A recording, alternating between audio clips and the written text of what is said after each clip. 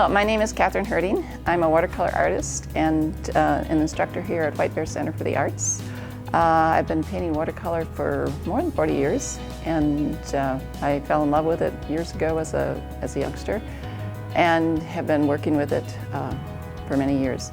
The reason I love it is because of its transparency, its unpredictability, and the glow you get from working with a transparent medium. I've been teaching watercolor classes since about 2004. In 2015, White Bear Center for the Arts contacted me about teaching as an instructor here, and I've been working for 6 years at this art center. I love the student base here, a very great group of students and loyal students, and the staff here is wonderful. So I've enjoyed my work with White Bear Center for the Arts. Today I want to talk with you about, show you my three-step process in watercolor. I have developed this process as a way to get through an entire painting. Tendency for students is to get lost in the middle, and then they don't know where they're going with it. So I've developed this three-step process for students, and it helps them have a structure to move through a painting. So I'm going to show that to you today, basically lay that out for you. And I chose a subject matter of a bucket of sunflowers because it illustrates this process very well. So that will be my photo reference, and after about the first step, I'm not really worried about the reference anymore, but it's a guide for me. So one thing we need to know about watercolor is its transparency lends itself to many interesting things, but it also limits us in terms of how we can apply it. So if we take a look at a color wheel with a value scale laid next to it, our lightest value inherently is the yellow. As we move down, values get a little bit darker from red, orange to blue, green. We're in the middle values. And then as we get down to the blues and the blue violets and the violets, those are in the dark range. So because of the transparency, we can't layer a yellow over a violet, so we have to get the yellows in first. And as we move down the color wheel, we have to get those colors put down in order so that we can see those colors. And the putting down the yellow first means we're going to have to paint around the yellow with the darker values. So we're doing a lot of negative painting. Essentially, it's a reverse type of painting from oil painting or acrylic painting. So this is what makes it a little bit more complex. If we have whites in the picture, we save the white of the paper to use as the white. Instead of using a white opaque paint, we use the white of the paper. So that means the white of the paper has to be saved before we put anything else down. So that leads us to step number one. Step number one is saving our whites and putting down a basic wash for the background with our lightest value color. In this case, it's going to be my yellows. The yellows are a component of all of the greens and even of the darks, so we can use that as a base color to put down an underpainting. Basically, the whole painting, except for the whites, is going to be an underpainting of yellow. So the first step we break our painting down into large shapes and light values. So I'm going to start by getting my paper wet with a fairly good sized brush. I've laid out some areas on here that are going to remain white. They're very small. The bucket is going to be white, and a couple of white areas in here. I usually put, and there's a white area back in the background. I usually put a little bit of an X on my drawing so I can kind of remember where I'm supposed to avoid. But I get everything else wet, and these white areas stay dry, which means in watercolor, the paint follows the wet area. It does not go where paper is dry, it follows only the wet areas. So those will appear white when we finish. And eventually they may be tinted somewhat so they're not bright whites, but to begin with, we save more whites than we think we'll need because we can always add color to them later, but we cannot subtract the color very easily and keep it fresh looking. So that's one problem with watercolor, is it's a you have to think ahead and kind of think backwards on it. So that's wet, and then I'm going to get this area around the bucket wet down here. Then I tilt the paper and usually get rid of any extra water, as it will dilute the color. So I just want it to be, there to be enough water on the paper to capture the paint and move it around. So I think we're good to go there. Okay. So I'm going to take a slightly smaller brush. I'm using 4 colors for this painting. I've got a Winsor yellow, a Winsor violet, a Winsor blue, and a transparent pyrrole orange. And I will use a little bit of the cobalt for some shadowing later on, but for mostly those 4 pigments. So I'm going to use my strong yellow as my base color. And I'm leaving an area of white. It's kind of a, this is a marketplace, and there's some windows back there, but for me, it just helps the composition a little bit to break that up. Working around my white areas.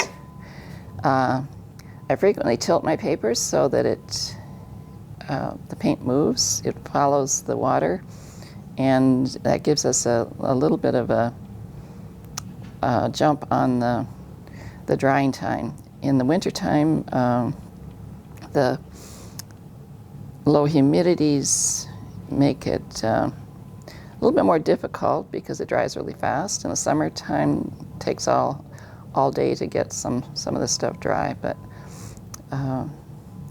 so with low humidity, you've got to work a little bit faster. And I'm even going to bring this down into the area on the ledge that the pot's sitting on. While it's still wet, I can start dropping in some other colors. So I'm going to go to my blues and create some greens in here,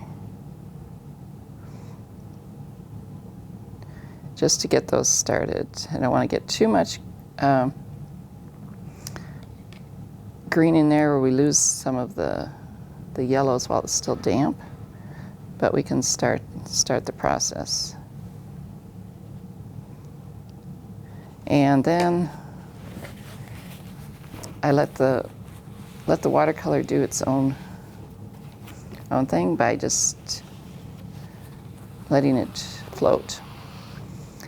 This is one of the more effective ways to move color around, is using gravity. And too often we want to control where it's going, but you get a better result when you let the color have its own way. I view watercolor as kind of a dance where the partners work together. One partner makes a move, the other one responds, so we work together on this. Okay, so that is basically my first step. We could add a little bit of the orange into the centers just to get that started, so let's do that.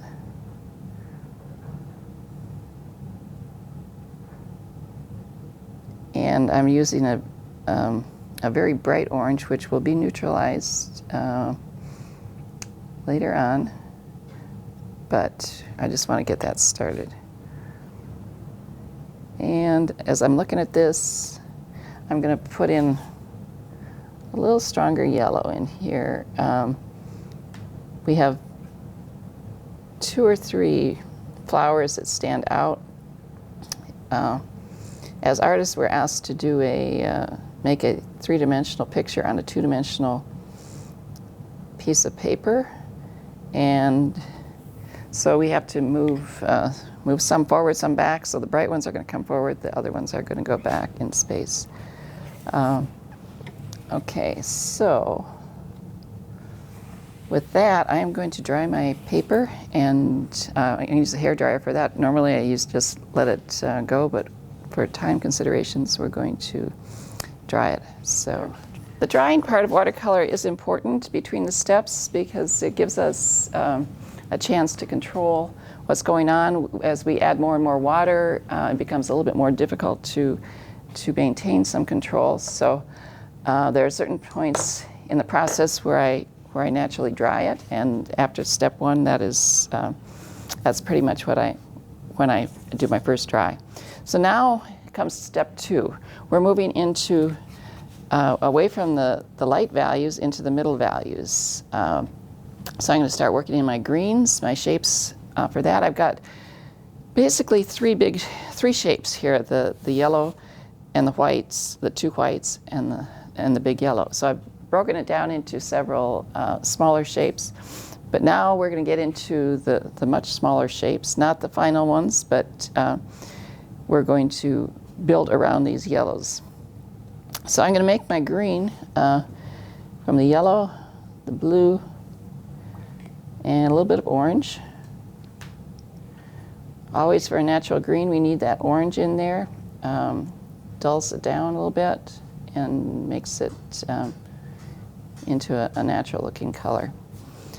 So this is where our negative space comes in. We're painting around the object as opposed to the object itself. So I'm going to start with some leaves here and kind of work around into the blossoms of the sunflowers. So this will define the edges of the petals. The leaves themselves are positive shapes built into the negative shapes around the petals of the flower. You'll notice that the green is a darker value, and it's starting to give the painting a little bit more shape. We have 3 tools in our toolbox for working with trying to create dimension, that third dimension in the painting. First one is value, and that's really your power tool, light or dark. So you look at a value strip that's divided into 7 different values, and it allows us to get some differentiation in the painting. And so I'm working with value first to create depth in the painting. The second tool is intensity. Intensity is the dullness or the brightness of the color. Now this was high intensity for the yellow, but with this green, I'm using a low intensity green. It has 3 primary colors in it: red, yellow, blue, and it's a little bit duller than a bright green would be. Duller intensities move back, brighter intensities move forward, the same as light values move forward and dark values move back in space. So that's helping us create that division and create depth in the painting. The third tool we have is color temperature. So warm colors advance and cool colors recede. That means that by putting warmer colors up front, we can push colors behind them and create that depth in the painting, that third dimension. So all of these are taking place here. I'm working with the darker colors are going to push back. These light yellows will come forward. I already see an area where I covered over one of my whites I was supposed to have, but that happens. We just move forward. I'm going to leave it a little bit yellow. It's that one. I usually put an X on some of those shapes, so now I'll have an X in my painting. I usually erase them, but this one is under a wash right now, so I'm not sure how that will work.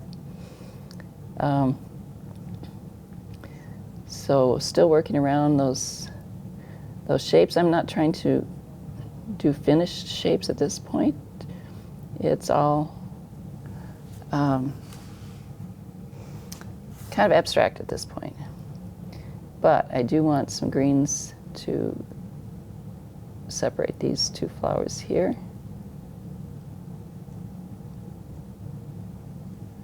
And now you can start to see the structure of what's going to happen in here. This one has some little green things. We're going to go around some darker ones there. But even the darks can have the green in them at this point. We're just building values.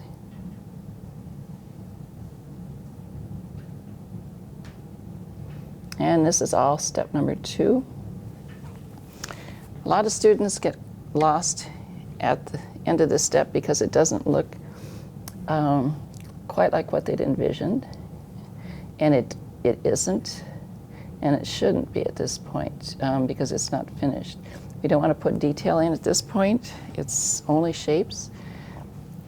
With watercolor, if we get detail at this point, we're going to lose it all because we'll be putting color over the detail, and it'll just disappear. And it will create something that looks a little bit murky. Too many layers and too many colors are going to give you a murky watercolor. And that's what everybody fears, is turning this stuff into mud. So the fewer layers you put in, and leaving the detail to the end will help you in that. Problem is, we all know how to do detail, and we don't know how to make it look right at this point. So we get a little scared and start doing the detail. At this point, we're getting close to most of the greens in here. I'm going to anchor this out here with a green. That's going to go dark.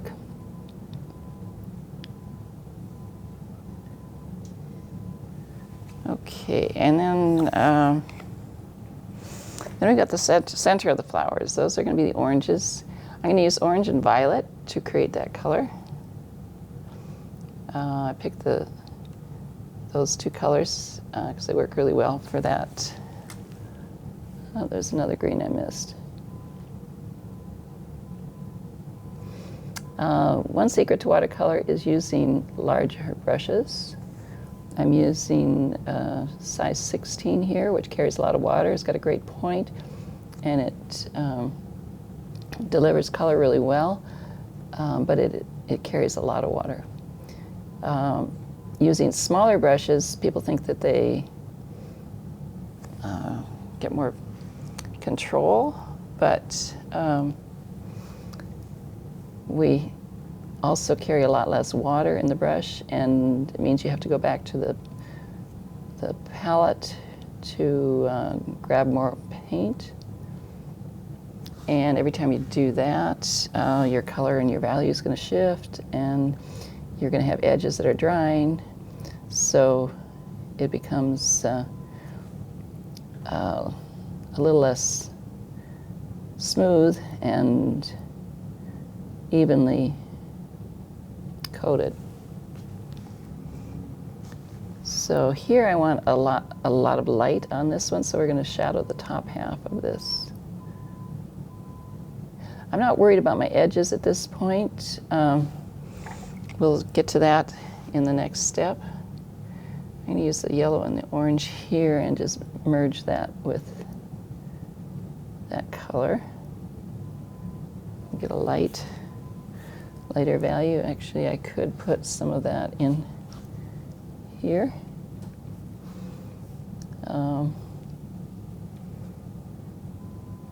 And up there.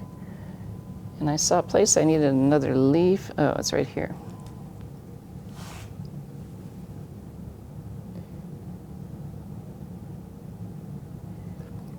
And if you put color right next to each other, while it's wet, it's going to float in there. So we get some merging of color, which is always kind of nice to lose some edges.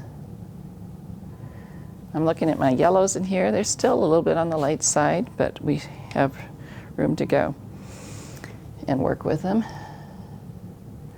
I'm going to let some of these things dry up here a little bit before I get into that anymore. We've got the darks next to the bucket. I'm going to put in the dark on the table here, or get that started. I build it gradually so that we don't we don't put it in all at one time. There we go. Yeah, I don't like that brush. I thought a flat would do it, but let's go back to the big brush.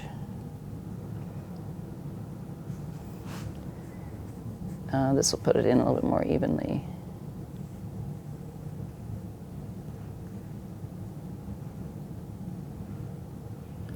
So I'm putting in a middle value gray. The thing about watercolors is that you'll see everything that you put down through all the different layers if you keep them transparent. So this yellow will create a glow underneath there. I'm going to even up the size of the brush a little bit more. And start back in here.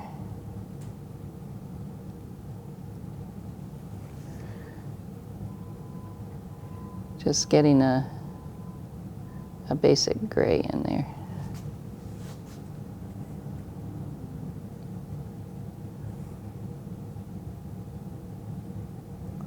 And we're using this dark to really highlight the brights in the painting. And then we'll do a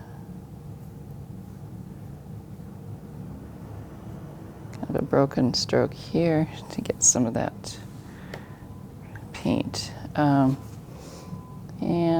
finally, let's see, up here. And I don't put the same color in all the time. It's a mixture of 3 different colors. Well, there's a lamp up there. I'm going to take that out. We're just going to go across there as a dark. So there are decisions you can make as you go along. I want that light just as it's almost like an exit on the composition. We'll tint it probably, so it's not a bright white, but. And then finally for this step, need to work with the bucket a little bit. So I'm going to go with clean water and give it some water on the surface. And then we're going to go with some blue violets with just a touch of orange into it to knock that down in intensity.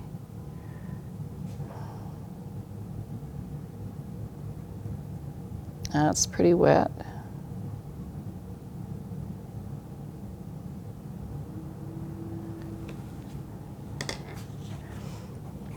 So I'm going to get rid of some of that water.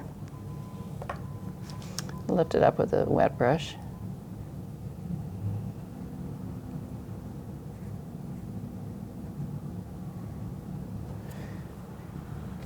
And then I can back it up, use gravity here to get it back up to the top so that it's lighter at the bottom than it is at the top.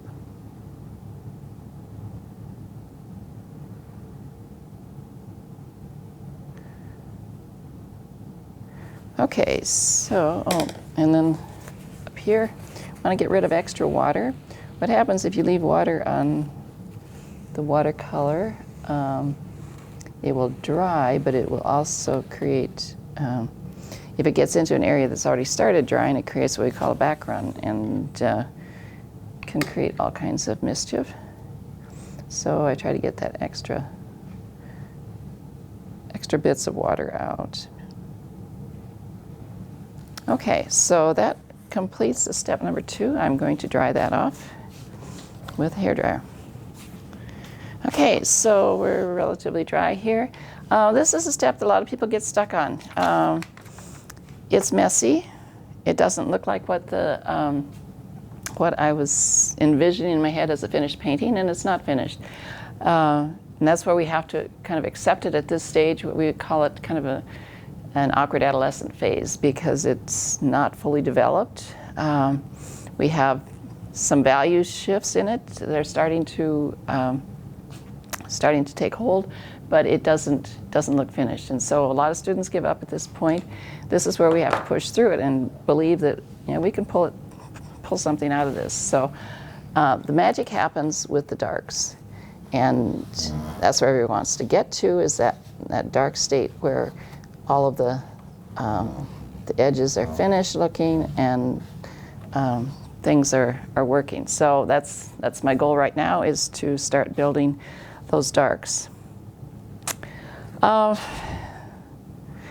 I think I'll probably work a little bit with the flowers at this point. If I take a look at my photo reference, the flowers are bright yellows in the middle, and where they're in the shadow, they're darker oranges. So I'm going to use orange as a way to darken it and to dull it down with a little bit of blue into it, which will make it less intense and push it back into in space.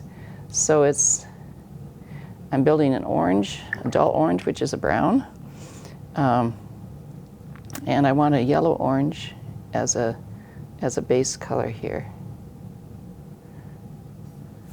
So let's go for this group of flowers down here.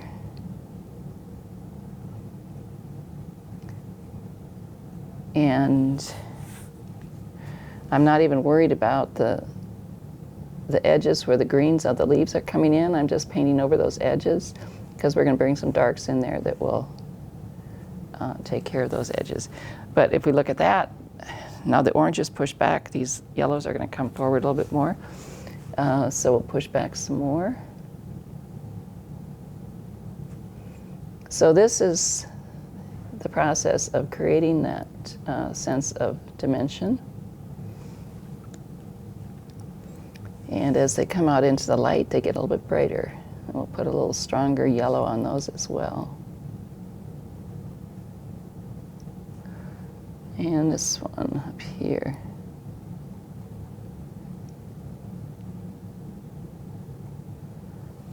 Okay, oops, this guy down here is in the shadows. That will dull him down. Those are going to go yellows. Even this one, as the head bends over, there's a little bit of shadow inside here.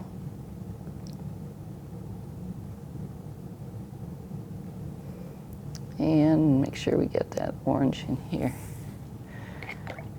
Okay, let's let those dry. I'm going to take the straight yellow and really saturate that color on here. Though as it gets out into the light, it's going to stay a little bit lighter value, so I'm going to leave that. And we'll get those guys merged with color in here. It's lightest on the tops here. Still keeping some of those whites just to capture the light as it goes in there. Okay, I think we'll let those dry. Yeah, because I want those dry before I start putting the centers in. So I'm going to work with the darks around the bucket and at the top here. This will be all negative painting, so we're going to be painting into the leaves, creating those edges, losing some edges, and building the structure. So for darks, I'm using a Windsor blue, Windsor violet, and a little bit of the orange into that. Graze it down a little bit. But I want some really juicy darks. This is the hard part, because getting a good strong dark, I don't want to do this more than once, because it's going to be a lot fresher with just one and done on this. So the texture of the paint is more like cream to yogurt. I do it in terms of dairy product. It's very silky. And to get it that dark, we need less water, more pigment. And for this, I'm working into those areas along the leaves, so we're building that structure. This one I think is going to be a leaf back here. While it's wet, I'm going to bring it down to the edge of the table here. We'll lose that edge eventually. But what I want to do is, instead of having just a monolithic shape here, a dark shape, I'm going to add color into it. This is where I mix my oranges and my yellows and drip it in. This will capture some lights, some darks, but it won't be just a straight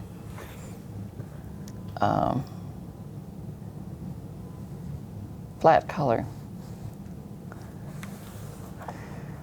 And what I'm dragging down from there is,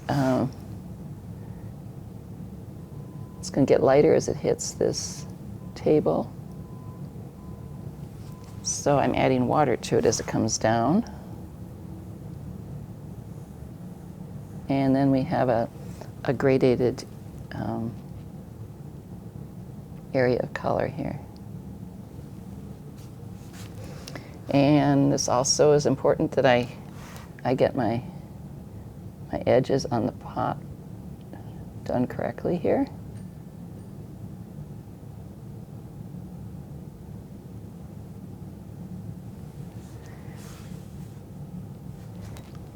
So let's start back over here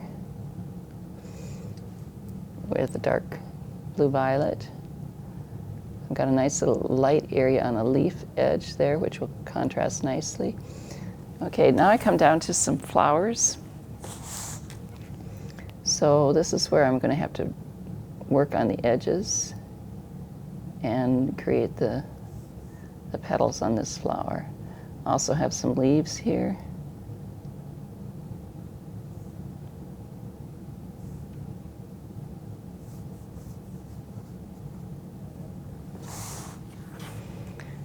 And I'm watching what's happening over on this other side as it dries, because before it gets fully dry, I want to loosen that edge up and pull some of it into the white bucket. So with watercolor, you're always analyzing the condition of the paper and the paint to find out when you can do stuff.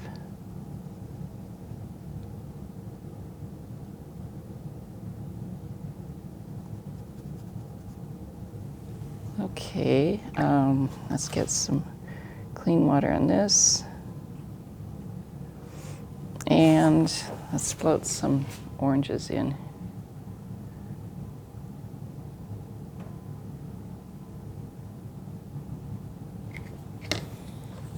You can turn it sideways and get movement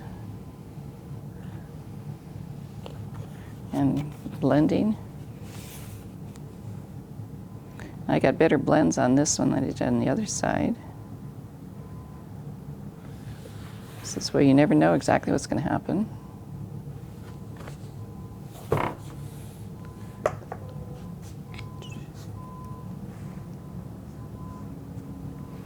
Okay, let's leave that.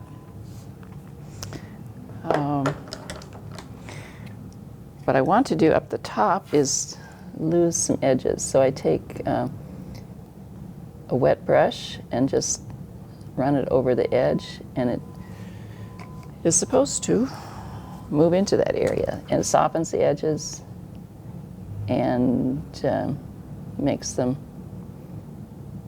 less distinct. And over here I've got a label on the bucket that I just want to pull out this color from the background and pull it into the label.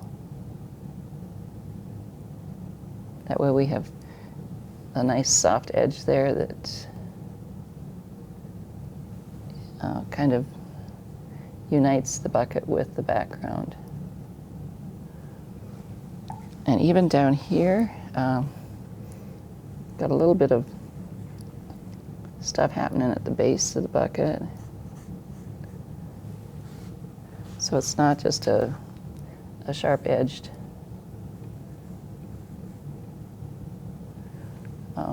shape. So a lot of times we'll put the color down and then we'll go in with a wet brush and kind of build some interest in there by moving paint around, by changing edges. I want a little bit stronger shadows in here. So I'm bringing this smaller brush in with some of the grayed down violet.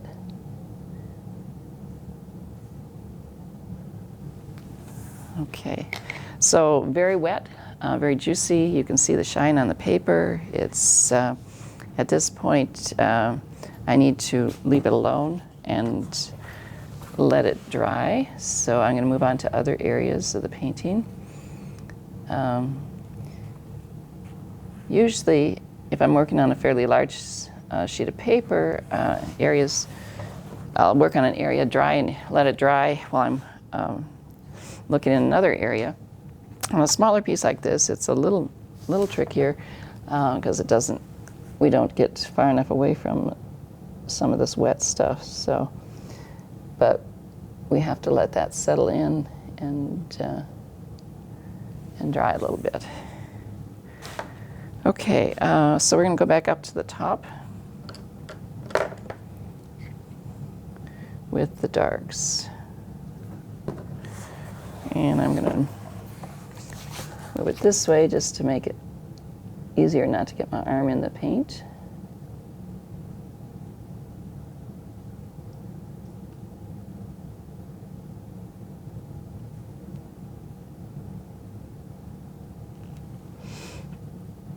One of the biggest problems with watercolor, the hardest thing to learn probably is what the pigment-water balance is. If you don't have enough water, it doesn't flow smoothly.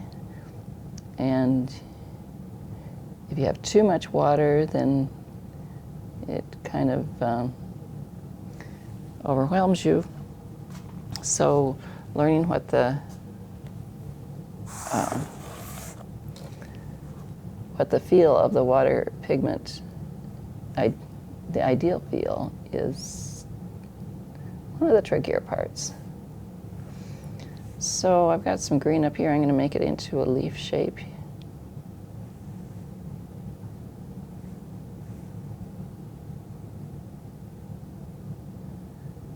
And then we're going to find petals up there.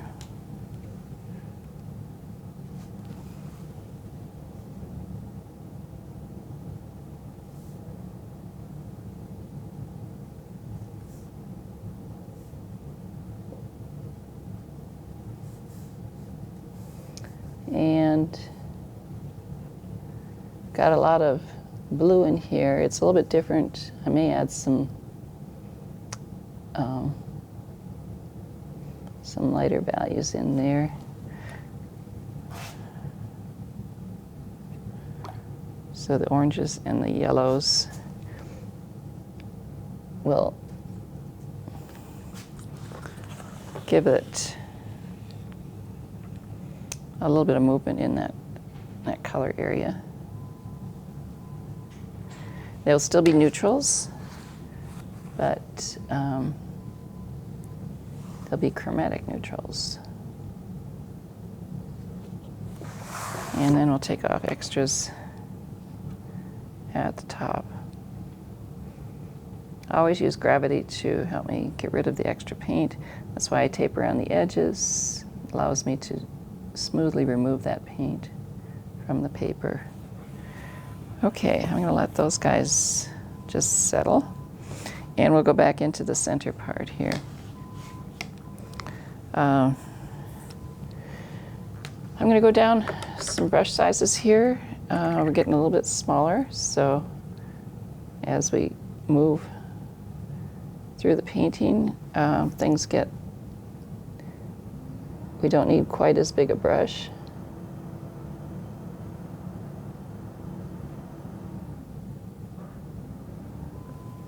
It's pretty damp in the middle here still. But it's not so wet that it's floating all over, so we're in good shape. I'm going to take a light orange and just fuse that. I want to keep that light on the bottom side of that sunflower head.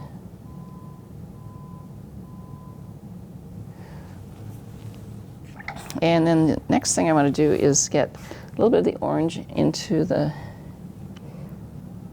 petal area so that it's not just a hard edge there.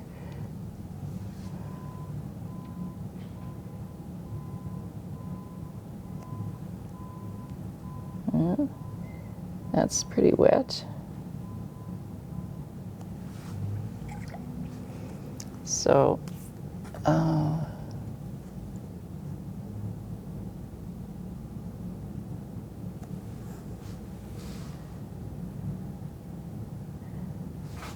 okay, let's get some stronger yellow in here.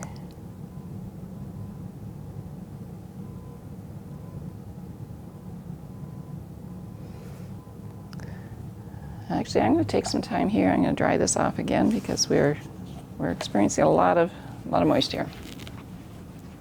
The other thing about watercolor that is a little difficult is that it always dries one step lighter on the value scale than what you put down. So you have to overestimate the amount of pigment you're putting down. And as we can see on the darks here, a little bit lighter than what I put down. They're still dark enough, but I significantly overestimate what I'm putting down. So that's a little tricky. Okay, so we've got mostly dry here. Now I can go in and put in some of the dark greens. I'm kind of waiting for things to dry there so that we can build the shapes of the leaves and the final shapes of the flowers.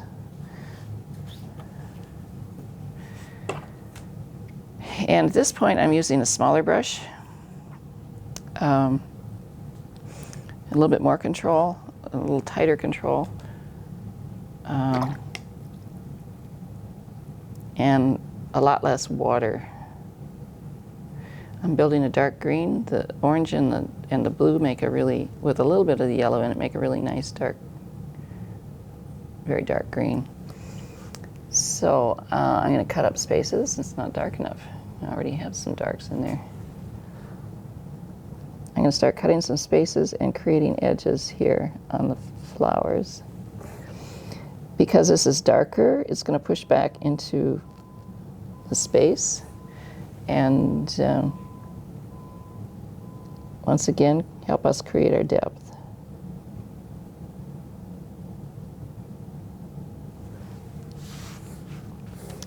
But I'm painting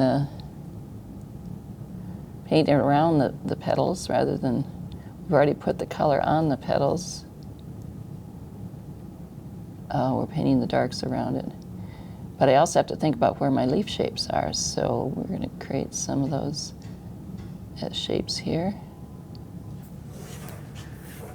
And once again, starting to pull out from the background.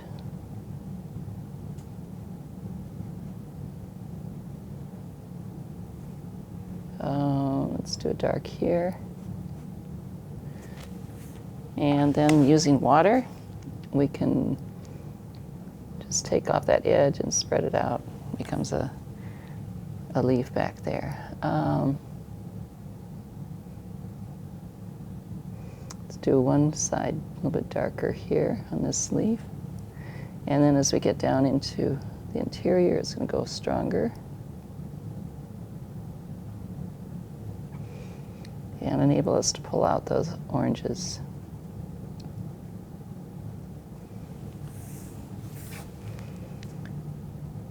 And in here.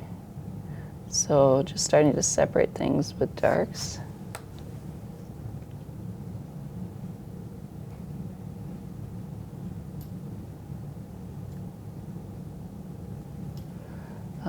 This did not get dark over here, so we're going to go a little bit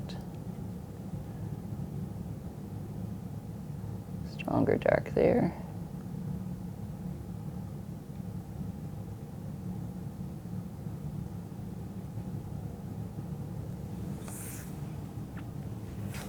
All right, let's do some darks on the heads.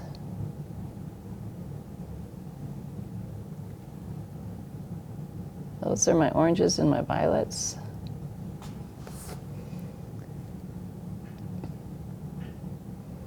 And I've got some things in front of it, so we're going to work around those.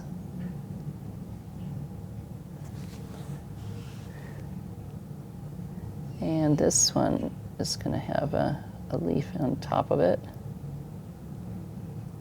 Darkest in that area. Then I'm going to add an orange, a lighter orange, next to it. Fuse those colors together so we get a soft edge in between, and it will move from dark to light.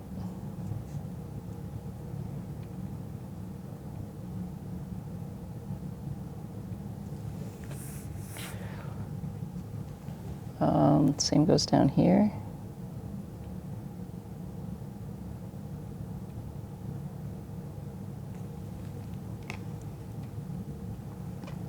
A little bit of orange in there. We get a stronger dark right up into these petals.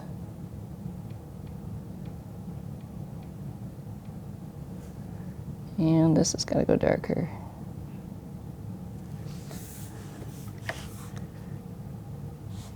A little bit more orange in here.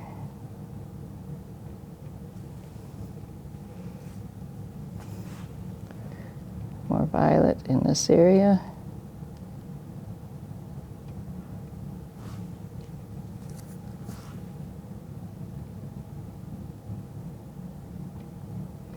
So when we look at it, the darks are a fair amount of this painting. It's definitely on the stronger dark value, dominant dark values, which really help the lighter yellow values to pop. But none of this happens until you get those darks in. So we need to build our values where we need them before we start the darks, but then pull those darks in to get the detail. Okay, let's let those guys dry a little bit. I'm going to take a little bit of a lifting brush, and it has a stiff edge. We can just loosen this up a little bit. Not sure if that's working or not, but just want to keep it fairly light on this side. And then a little bit of orange as it comes off to these petals. Okay, those need to dry. So let's go back to the greens.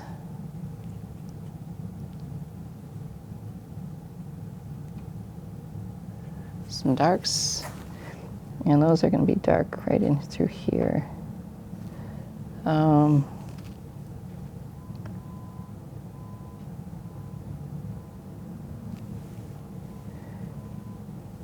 This is a couple different leaves, so we'll separate them out with the dark.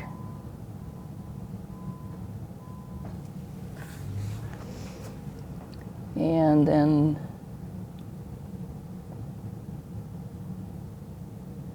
some darks back in here.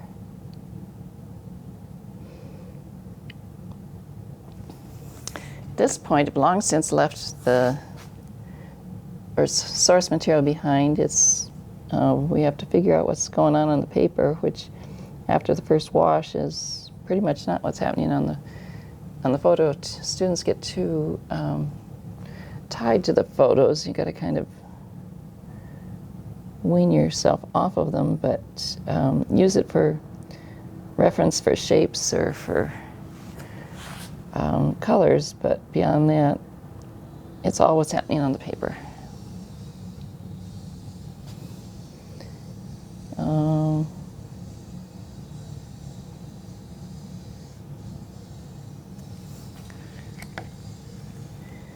Use some water to drag out some color, to soften it. So you can put the color down and then you can manipulate it on the paper. Oops, not dark enough.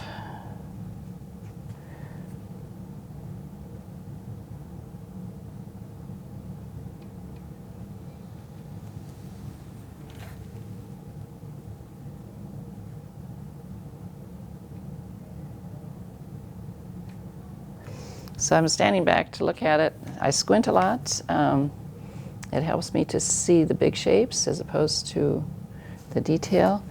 And it also helps me to see the values much more clearly. Ideally, you would be painting on this and stepping back from your easel or your table to look at it on a regular basis. I usually paint for about 45 minutes, and then it's kind of my attention span. Then I have to look at it and see what the painting's telling me, if it's working, if it's not. So you get to the point where you have to step back from it. We spend a fair amount of time getting very close up with the painting, but we don't see the entire picture that way. So a lot of squinting going on. Okay, let's pull that edge out. Need something back here to split up shapes.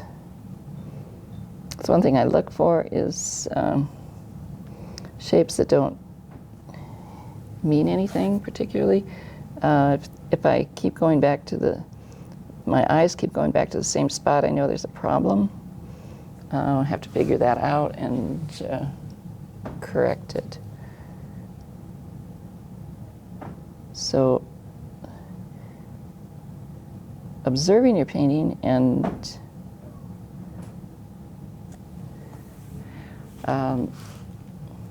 seeing what you're attracted to in it really helps to tell you if you're close to finish or not.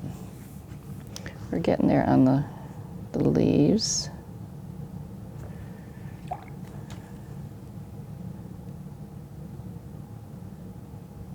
But if I take a look at the painting and something keeps dragging my eye back to a certain section, I know that there's an issue there and we have to figure that out. And right now this white up here is bugging me, so we'll have to deal with that.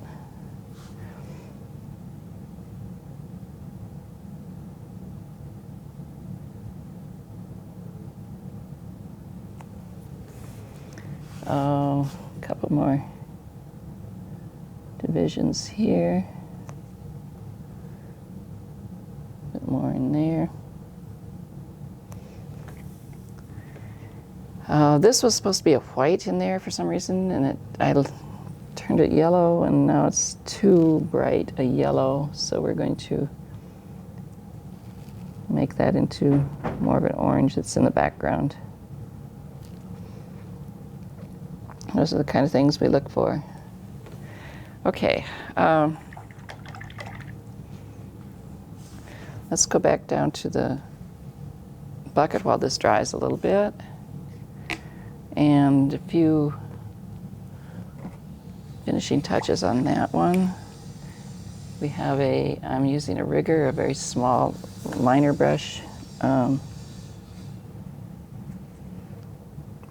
a handle. And we get some of the ribs on the top of the bucket here. And those are going to be in shadow. Oops. Not sure what that one did. Put some color down. What I'll do is take my brush with a little bit of water on it and pull it down for shadow. Rather than just having a line there, we have a shape.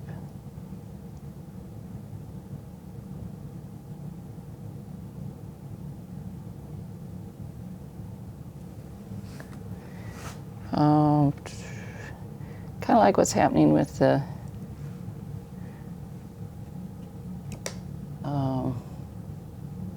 edges on the bucket. I don't need anything that's really that defined,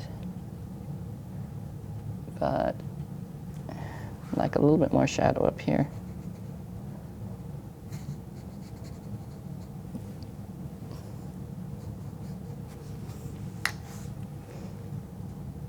And we'll just pull those down with a wet wash.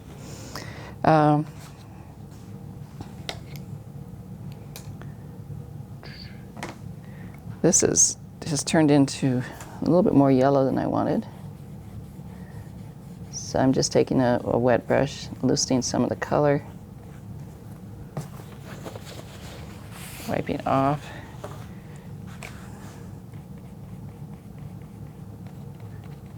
But I can also put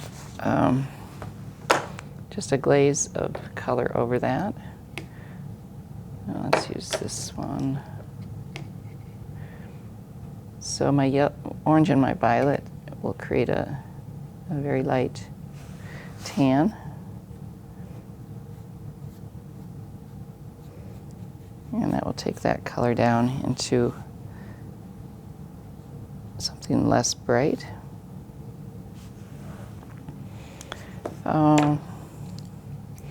The white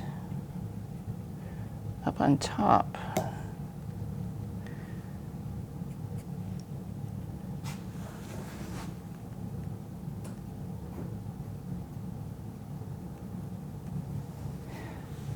It's going to stay there as a lighter area, but I don't want it to be bright white.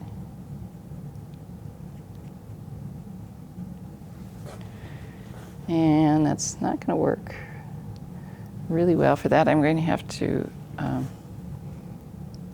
do something a little bit different. Let's let that dry.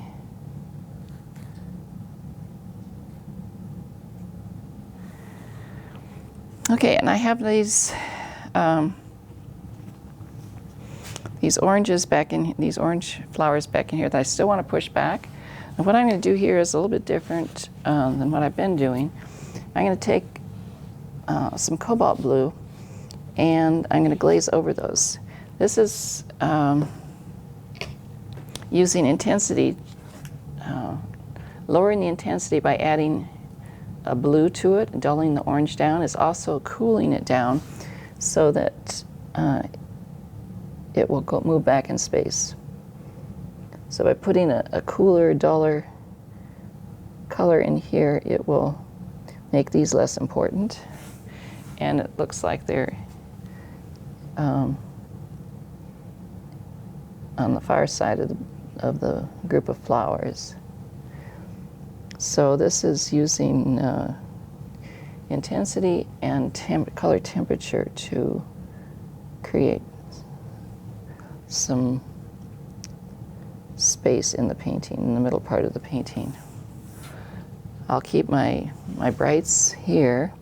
This one can go back a little bit.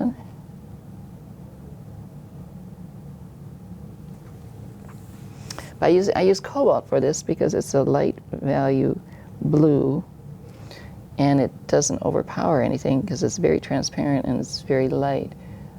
Never gets over a middle value. So it's a useful color to use to adjust intensity. It's a little darker right now than it will be when it's dry. So I'm overestimating once again. And leave those a little bit brighter.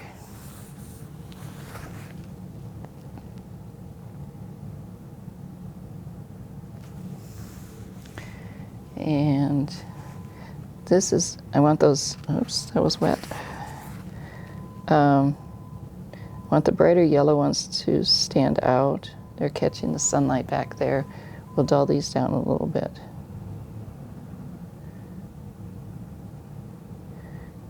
And even here, where we go underneath, there's a little bit of shadow. I'm going to dull it down just a touch.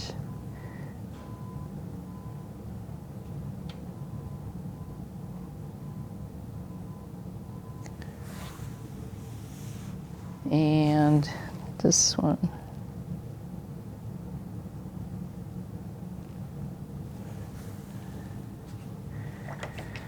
Okay. Some final details here. I'm still not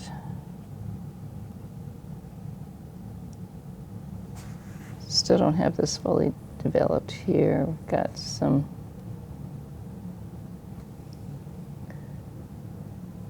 we need more detail on the big one here.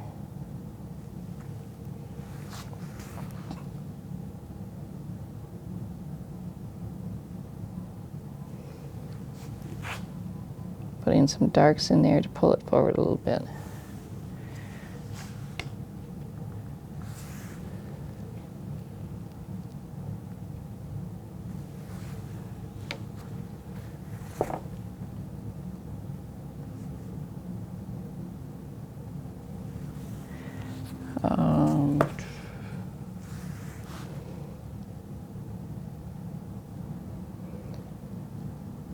Putting some more darks in just to pull these forward a little bit. Increase our depth just a touch. Get the back sides of these sunflower heads, a little of the detail.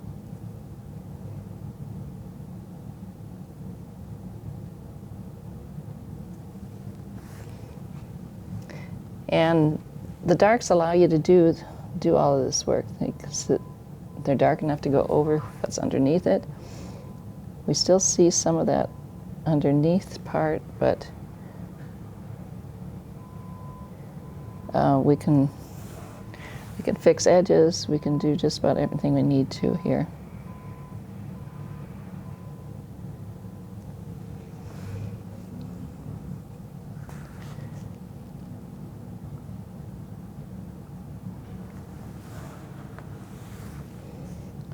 Okay.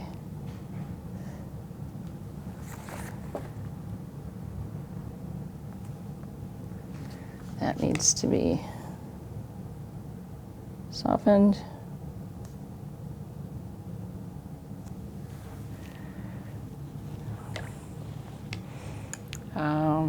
You can always lift a little bit if you need to.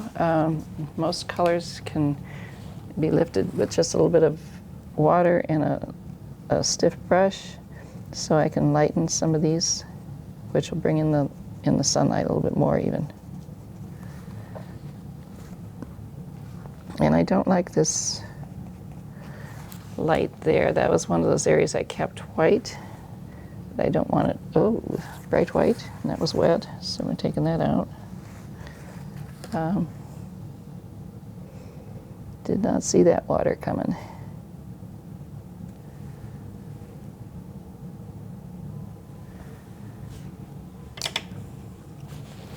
So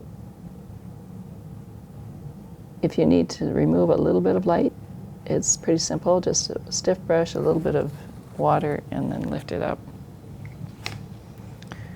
This has a touch more orange right through here.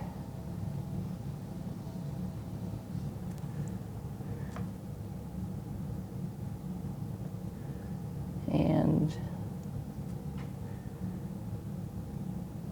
enhancing the yellows a little bit.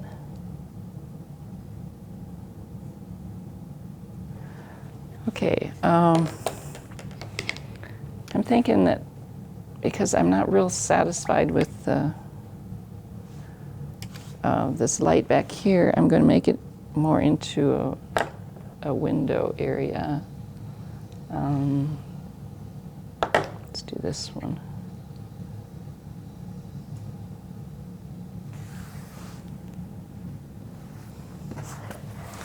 I'll turn it around.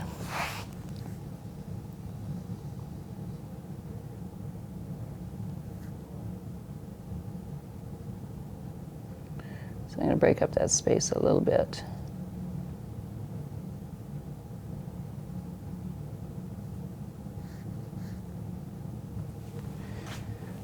We'll just give you, the viewer, a little bit more information about that.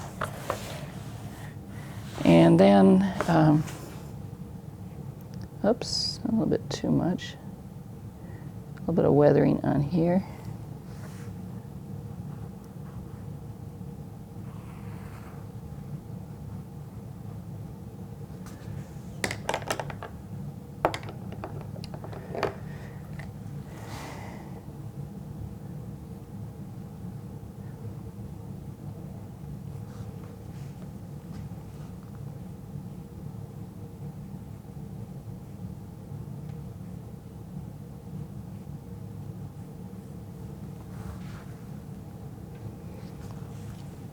With that, I'll take a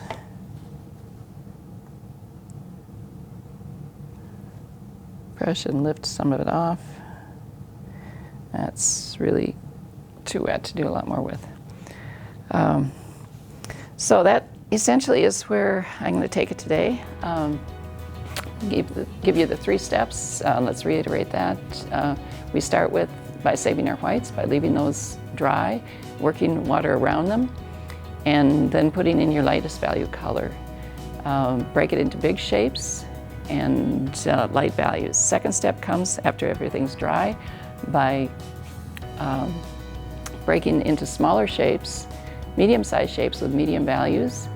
Once that's dry, then we go back to the darks, putting in the dark values with the smallest shapes, and building until we get the edges we need on that. So it's kind of the process I use, and hope you enjoyed that, and hope you try watercolor sometime.